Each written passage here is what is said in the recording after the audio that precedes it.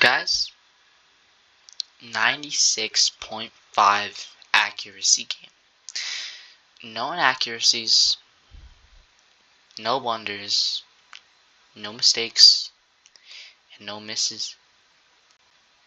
I played perfectly. First starts off of e5 or e4. It goes off to c5, the Sicilian defense. I go knight f3. He goes knight c6, and I go for an open Sicilian. Takes, pushes me off, so I take his knight. He takes with the b pawn. I go knight c3, developing a knight. He goes queen c7 for I don't know why. I go bishop c4, developing a bishop. Knight f6, castles. Now, I was thinking a lot about this move. Now, it's not a bad move. Alright, it's just not a bad move. Because I was thinking, well, here, then here. I'm up a pawn. He cannot take because, well, I get this. So, I didn't anticipate this. Because if I go to defend this pawn, I lose the knight. So I'm thinking here. And I'm like, well, don't I just win? Because I'm up a pawn.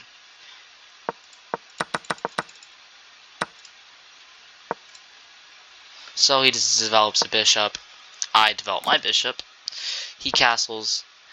I bring my queen here to go rook d1, grabbing the open file, putting pressure on the d-pawn. He develops his bishop in fianchetto. Although his bishop is blocked in by his pawn, I was thinking about this move, discovered attack, on my pawn. But I didn't think it was such a big deal, as I can go f3, preparing this and taking the pawn. But he really wants to attack my queen side. I simply ignore it, because what's one pawn gonna do, am I right? He brings the rook to the open file. I bring my rook to support my d2 rook. He keeps bringing the pawn here, and I offer a trade. But then, he just gives me the pawn for free. And now I go here, attacking the rook and queen. The bishop is no longer hanging, because I get the queen. So he pushes his queen out of the way. I take the rook, he takes back. I take the free pawn, because if takes, then, well, oh yeah, I get the rook.